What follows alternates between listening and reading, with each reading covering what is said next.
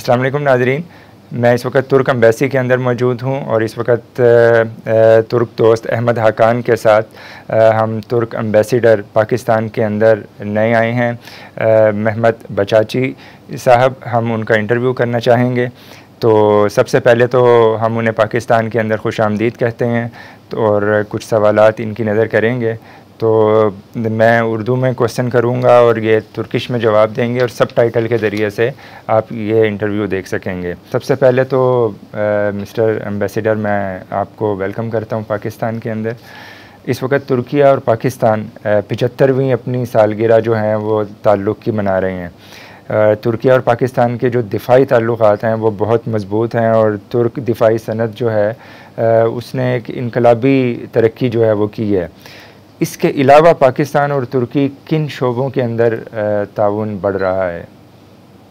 Evet, söylediğiniz gibi Türkiye ile Pakistan arasında defens sektöründe, defens alanında yani savunma alanında oldukça iyi bir ilişkiler ivme kazanmış vaziyette. Ancak tabii daha önce Türkiye ile Pakistan arasında farklı sektörlerde başlayan ilişkiler var zaten. Bunlar devam ediyor. Mesela birçok Türk şirketi Pakistan'da yatırım yapmış durumda. Onlar faaliyet gösteriyorlar Pakistan'da. Mesela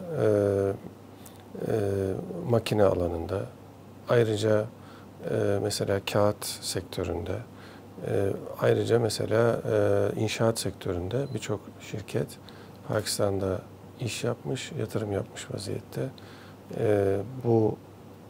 Bunun tarihi de belki 30 yıl öncesine kadar götürülebilir, belki daha öncesine gidebilir ama şu anda bildiğimiz kadarıyla bu şirketler yani Pakistan'da 30 yıldır faaliyette olan şirketler var.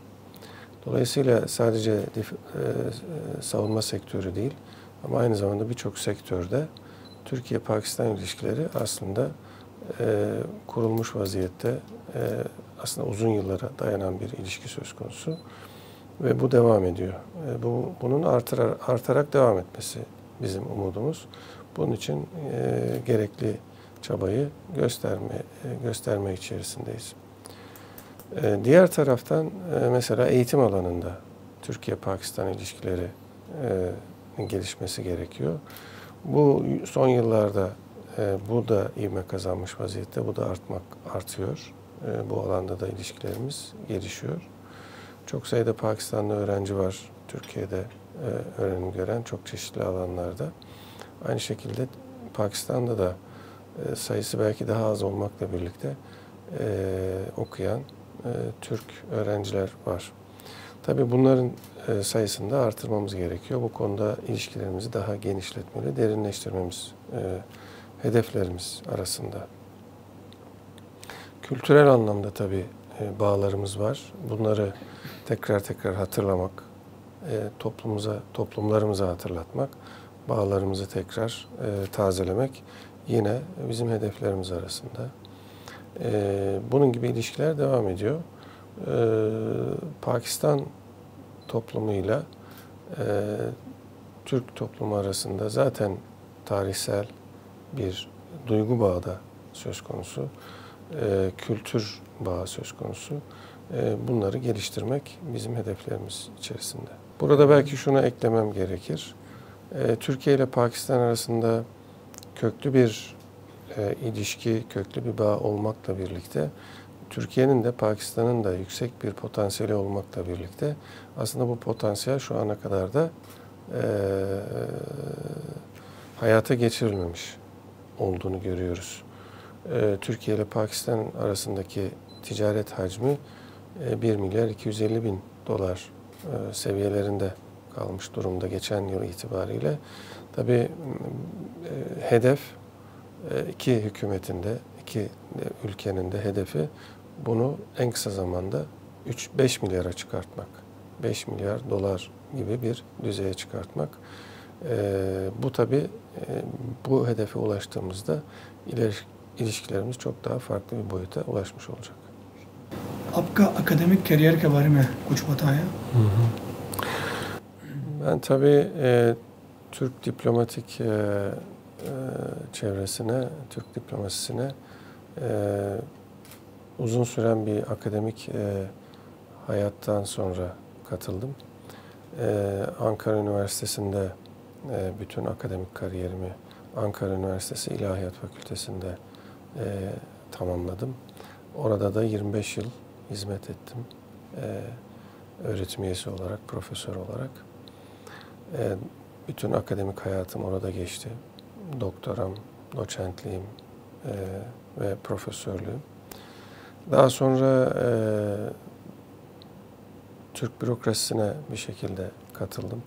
Gerek yurt içinde gerek yurt dışında Türk bürokrasisinde bulundum. En sonunda da Türk diplomasisine katıldım. Pakistan ikinci tayinim benim. Daha önce Vatikan Devleti'ne tayin olmuştum. Şimdi de Pakistan'dayım, İslamabad'da bulunuyorum. Pakistan'dan önce de Avrupa Güvenlik ve İşbirliği Teşkilatı'nda Müslümanlara karşı ayrımcılık ve toleranssızlıkla mücadele özel temsilcisi olarak 3,5 yıl bir pozisyonda bulundum. Dolayısıyla evet son geldiğim yer Türk diplomasisi ve bütün tecrübelerimle bu alanda hizmet etmeye gayret ediyorum. अच्छा सर, तुर्किया और अरब ममालिक में ताउन का एक नया दौर शुरू हुआ है। आप इसको किस नज़र से देखते हैं? Türkiye tabii bölgesinde bir istikrar ve barış ülkesi olarak temayüz etti, ortaya çıktı ve bu pozisyonunu Türkiye devam ettirmek istiyor. Farklı sebeplerden ötürü Türkiye ile bazı Arap ülkeleri arasında, Körfez ülkeleri arasında ilişkiler istenilen düzeyde olmamıştı geçtiğimiz yıllarda. Türkiye bu ilişkileri yine biraz önce söylediğim temelde barış ve istikrar, karşılıklı çıkarların korunması, toprak bütünlüklerinin korunması hedefleriyle bu ilişkileri normalleştirme gibi bir politika izliyor. Bu tabii bölge için aynı zamanda halkları Müslüman olan bu ülkelerimiz için hem Türkiye hem de bahsedilen Arap ülkeleri için iyi bir ortam sağlayacak ve karşılıklı olarak ilişkilerin gelişmesi, ticaretin gelişmesi, toplumlar arası ilişkilerin, halklar arasındaki ilişkilerin gelişmesi bakımından bizleri iyi bir yere taşıyacak. Tabii uluslararası platformda da bunun yine dediğim gibi farklı yansımaları olacak olumlu yönde. अच्छा सर, पाकिस्तान का इसराइल के हवाले से नरम गोशा नहीं है, और जबकि हम देखते हैं कि दूसरी तरफ तुर्की और इसराइल के जो ताल्लुकात हैं वो 10 साल के बाद दोबारा से बेहतरी की तरफ जा रहे हैं, दोबारा से एक तातुल के बाद शुरू हुए हैं। तो क्या इससे फ़लस्तीन काज के ऊपर कोई नुकसान नहीं पहुँचेगा? Şimdi tabii Türkiye ile İsrail arasındaki ilişkiler dediğiniz gibi bir 10 yıllık bir soğukluk dönemi diyelim geçirdi. Ama Türkiye daha önce de İsrail ile ilişki kuran bir ülkeydi. Büyükelçi düzeyinde, daha yüksek düzeyinde hem de ticari açıdan. Ve o zaman da Türkiye Filistin davasını sahiplenen bir ülkedir. Dolayısıyla İsrail ile ilişkilerin yeniden normalleşmesi Türkiye'nin Filistin davası konusunda herhangi bir gerileme, herhangi bir boşluk yaratacağı anlamına gelmez. Dediğim gibi daha önce de İsrail ile ilişkilerimiz iyiydi ve o zaman da Türkiye Filistin davası konusunda kutsal mekanların statüsünün bozulmaması konusunda, herhangi bir yıpratılmaya gidilmemesi konusunda her zaman dikkatli oldu. Her zaman Filistin'in haklarını, Filistin toplumunun haklarını savunan bir ülke oldu. Tabii bu uluslararası düzeyde, uluslararası düzlemde Birleşmiş Milletler kararları çerçevesinde Türkiye her zaman Filistin halkının, Filistin davasının bir savunucusu oldu. İsrail ile ilişkilerin bu şekilde tekrar 10 yıl sonra iyileşmesi hiçbir şekilde Türkiye'nin Filistin davasında bir zafiyet göstermesine, Filistin toplumunun, Filistin halkının adil bir çözümle haklarının iadesine verilmesi konusundaki kararlılığından bir geri çekilme, bir taviz olarak görülmeyecektir, olmayacaktır böyle bir durum. Aksine İsrail'le olan ilişkilerin yeniden eski düzeyine, eski seviyesine getirilmesi bu konuda da yani Türkiye'nin Filistin konusunda da İsrail nezdinde Filistin davasını daha güçlü bir şekilde geliştirmesine, dile getirmesine neden olacaktır. अच्छा सर, एक क्वेश्चन है कि तुर्किया के बैक वक्त अमेरिका और रशिया के साथ दोनों के साथ ताल्लुकात हैं। एक तासुर ये बनता है कि इस वक्त तुर्की जो है वो ख़ित्ते में अमेरिका का असर ज़ाइल करते हुए या कम करते हुए रशिया के साथ अपना जो रिलेशन है उसको बढ़ा रहा है। तो ये तासुर ठीक है या गलत है? अभी जो है वो डेडलॉक भी चल रहा है तुर्किया का अमेरिका के साथ F-16 और ड्रोन जो है 34 F-35 के हवाले से। Şimdi Türkiye ve Amerika iki müttefik ülke. Aynı zamanda Türkiye'nin NATO'da ortaklığı söz konusu, üyeliği söz konusu.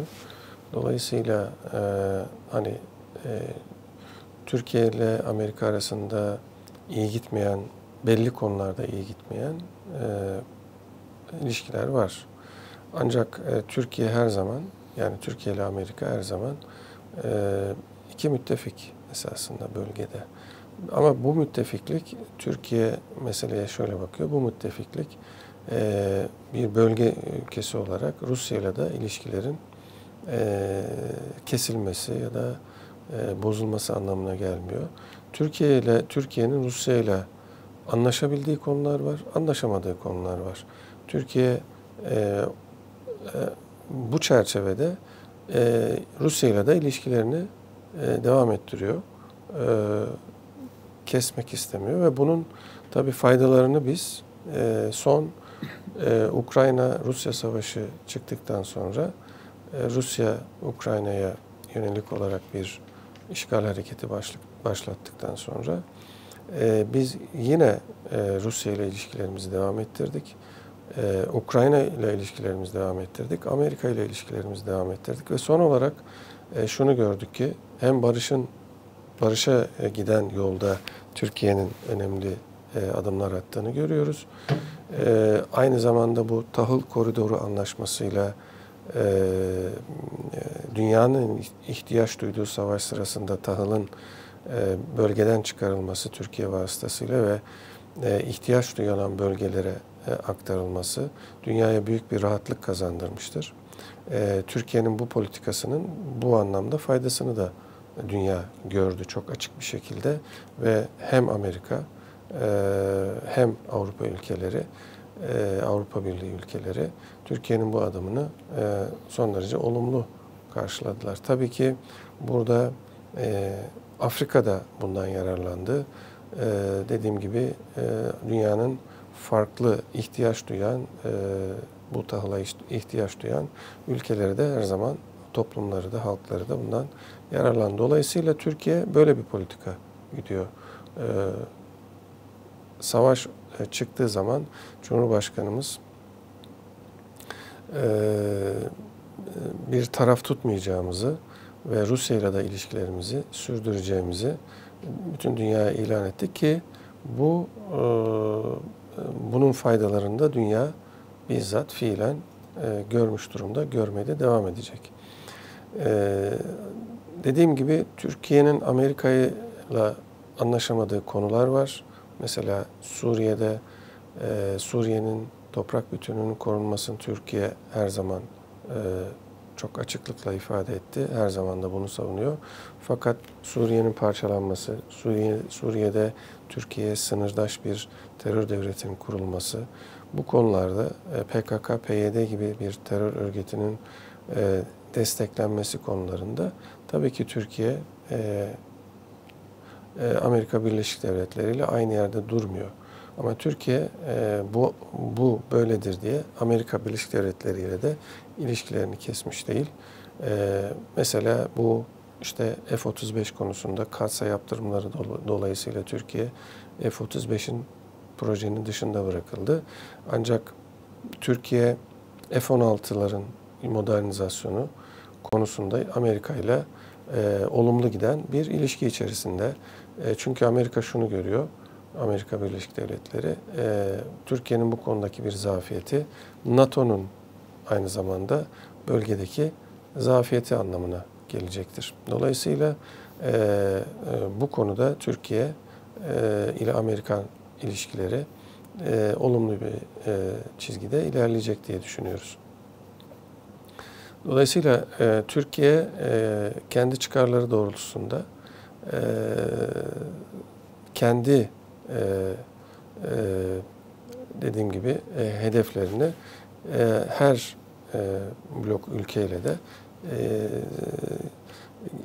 devam ettirmek ve sorunların diplomasi yoluyla masada diplomasi yoluyla çözülmesi konusunda her zaman ön alan bir ülke konumunda şu anda. अच्छा सर, कश्मीर सिर्फ पाकिस्तानी नहीं बल्कि पूरी इंसानियत के लिए अहम इशू है। और कश्मीरी जो मुसलमान हैं वो तकरीबन गुज़िश्ता 7 दहाइयों से भारतीय जबर का शिकार हो रहे हैं। तो तुर्किया जो है वो OIC और नेटो दोनों का अहम जो है वो रुकन है। तो इस हवाले से तुर्किया खासा मौसर किरदार अदा कर सकता है। तो क्या मौक़िफ़ है तुर्की का और इसका क्या रोल इस वक्त नज़रें और उम्मीद की जा सकती है तुर्की से? Türkiye tabii her zaman şunu ifade etmiştir. Bu aslında Pakistan'ın da pozisyonu. Bir kere Keşmir konusunda Türkiye, Birleşmiş Milletler'in kararları, Birleşmiş Milletler'in aldığı kararlar doğrultusunda çözülmesi konusunda çok açık ifadeler var. Pakistan'ın da esasında söylediği bu, yani Keşmir konusu Birleşmiş Milletler kararları temelinde çözülmeli ve Keşmir halkının istediği yönde, onların ortaya koyduğu irade yönünde Keşmir sorununun çözülmesi gerekir noktasındadır Türkiye. Bu konuda da Türkiye'nin görüşü ve tutumuyla Pakistan'ınki tamamıyla örtüşmektedir. अच्छा सर, ये अफ़गानिस्तान में अमेरिका की शिकस्त के बाद अब वहाँ पर इमारत इस्लामी की हुकूमत जो है वो कायम हुई है। अफ़गान तालिबान ने एक तवील जद्दोजहद की अमेरिका के ख़िलाफ़। तो अब जबकि उनकी हुकूमत कायम हुए 1 साल गुज़र चुका है, मगर अभी तक जो है वो अमेरिका और यूरोप की तरफ से किसी ने भी, बल्कि पूरी दुनिया में किसी ने भी उसको तस्लीम नहीं किया। और वो अपने तस्लीम किए जाने के हवाले से काफ़ी जो है वो उनकी तरफ से जो तकाज़े हैं उनके ऊपर अमल भी वो करते हैं। तो क्या आप नहीं समझते कि जो मुस्लिम ममालिक हैं, तुर्की या पाकिस्तान और इस जैसे कुछ अहम ममालिक, वो ख़ुद इनिशिएटिव लें और आगे बढ़कर अफ़गानिस्तान की में हुकूमत को जो है वो तस्लीम करें? Tabii Afganistan'dan Amerika çekildikten sonra Afganistan'da bir hükümet kuruldu. Taliban hükümeti kuruldu. Afgan halkı ile Türk halkı tıpkı Pakistan halkıyla olduğu gibi tarihi bağlara sahip bir halk, toplum. Aynı dini paylaşıyoruz, aynı dine inanıyoruz. Ayrıca tarihi bağlarımız söz konusu. Dolayısıyla halk düzeyinde Türkiye'nin Afganistan'a yardımları hiçbir zaman kesilmemiştir. Sürekli olarak Türkiye'den Afganistan'a, Afgan toplumuna yardımlarımız devam ediyor. Oradaki kurumlarımız hiçbir zaman Afganistan toplumuna destek veren, halka destek veren kurumlarımız hiçbir zaman Afganistan'dan ayrılmadılar. Büyükelçiliğimiz hiçbir zaman kapanmadı. Bu süreçlerde hala da aktif bir şekilde devam ediyor. Dediğim gibi Kızılay olarak, başka kurumlar, AFAD olarak, ondan sonra Maarif okullarımız, Maarif Vakfımız olarak ve başka kurum, sivil toplum örgütleri ile Afgan toplumuna, TİKA olarak Afgan toplumuna yardımlarımız hiçbir zaman inkıtaya uğramamıştır. Devam etmektedir. Dolayısıyla bu konuda Türkiye çok açık ve net. Diğer taraftan Afgan hükümetiyle, yeni Afgan hükümetiyle de Türkiye bir aşamalı bir angajman içerisinde. Dediğim gibi büyükelçilik hiçbir zaman kapatılmadı. Farklı ülkelerin yaptığı gibi. Afganistan'da Türkiye her zaman bulundu, bulunmaya devam edecek. Ancak tabii Afgan hükümetinin de şu andaki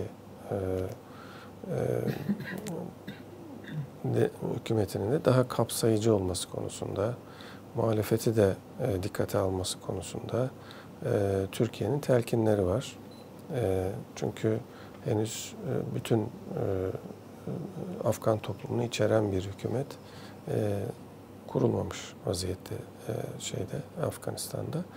Dolayısıyla dediğim gibi aşamalı bir angajman yolu Türkiye izliyor Afganistan'la ilgili olarak. अच्छा सर, आप पाकिस्तान में आया, पाकिस्तानी खाना आपको कैसा लगता है और इस्लामाबाद सिटी कैसा लगता है आपका और कौन सा खाना आपको पसंद है? Pakistan'da tabii yemekler, şimdi bizim biraz önce de konuşuyorduk Türk arkadaşlarımızla. Acıyı seven bir aileyiz demek ki. Tabii burada baharat çokça kullanılıyor yemeklerde. Öyle olunca Pakistan'daki yemeklere daha iyi intibak sağladığımızı düşünüyorum. Bir de biz ailece eşimle birlikte yeni yemekleri, yani farklı kültürlerin yemeklerini denemeyi severiz. Daha önce Türkiye'deki Pakistan Ankara Büyükelçiliğindeki bir resepsiyonda ilk defa karşılaştık Pakistan yemekleriyle, otantik olarak. Ben de eşim de hemen alıştık, sevdik, yani onu söyleyebilirim. İslamabad tabii yeni bir şehir. İslamabad'la ilgili konuşmak gerekirse, İslamabad yeni bir şehir. Planlı olarak inşa edilmiş bir şehir en başından itibaren. O bakımdan ayrıca tabii diplomatik temsilciliklerin, Pakistan bürokrasisinin merkezi olarak, federal hükümetin merkezi olarak İslamabad oldukça iyi planlanmış ve iyi kurulmuş bir şehir. Düzenli bir şehir. O bakımdan İslamabad yaşanılabilecek güzel bir şehir. Diğer soruda hangi yemeği sevdim derseniz, mesela samosadan bahsedebilirim. Güzel. Onun dışında aslında Pakistan işte kareli, sonra etli, koyun eti olan yemekleri, ondan sonra yine sebzeli yemekleri. Yani isim belki şu anda veremeyeceğim. Tam olarak onları öğrenemedim ama tatlarını biliyorum. Samosayı yen diyor, bütün yemekleri yer. Yani tamam. Evet. Pakistan yemeklerini seviyoruz. Evet, seviyoruz. Sir, आप पाकिस्तान में आ गए हैं और पाकिस्तान में आपका एम क्या है, आपका गोल क्या है? Tabii şöyle bir Türk diplomat olarak benim hedeflerim, bir büyükelçinin hedeflerinin ne oluşturuyor esasında? Yani bir Türk diplomat olarak, Türk büyükelçi olarak ne hedefleniyorsa aslında benim hedeflerim de ondan ibaret. Kişisel olarak bir hedefim olmayacaktır. Dolayısıyla biraz önce de bir soru vesilesiyle ona cevap vermiştim. Burada tabii her alanda iyi giden ilişkilerimiz söz konusu. Mesela bunlardan bir tanesi savunma sektörü. Ama her alanda Pakistan-Türkiye ilişkilerini geliştirmek. Eğitim alanında, kültür alanında, yatırımlarla ilgili olarak, ticaretle ilgili olarak ilişkileri geliştirmek ve derinleştirmek, boyutlarını artırmak, büyütmek buradaki hedefimiz. Buradaki hedefimiz dediğim gibi aslında hükümetlerimizin de üzerinde oydaştığı bir hedef var. O da en kısa zamanda, olabilecek en kısa zamanda. Bunun için 3 yıllık bir süre konmuş ama zaten onun 1-1,5 yılı geçti. Dolayısıyla önümüzde çok fazla bir vakit yok. Olabildiğince hızlı bir şekilde biz ticaret hacmimizi bir kere 5 milyar dolara çıkarmamız. Bu ticaret hacmini çıkarmak demek, yükseltmek demek, büyütmek demek sadece ticaret hacmini yükseltmek anlamına gelmiyor. Burada iş adamlarının ilişkisi anlamına geliyor. Farklı sektörlerde, farklı alanlarda ilişkilerinde artması anlamına geliyor. Yani ticaret sadece paradan ibaret değil ama aynı zamanda insanların ilişkisinin artması demek, dostluklarının artması demek. Karşılıklı olarak bu da kültürlerin tanınması, bilinmesi demek. Dolayısıyla bu tür boyutlar da buna eklenmeli. बहुत शुक्रिया आपका, आपने तुर्की उर्दू को वक्त दिया, बहुत शुक्रिया।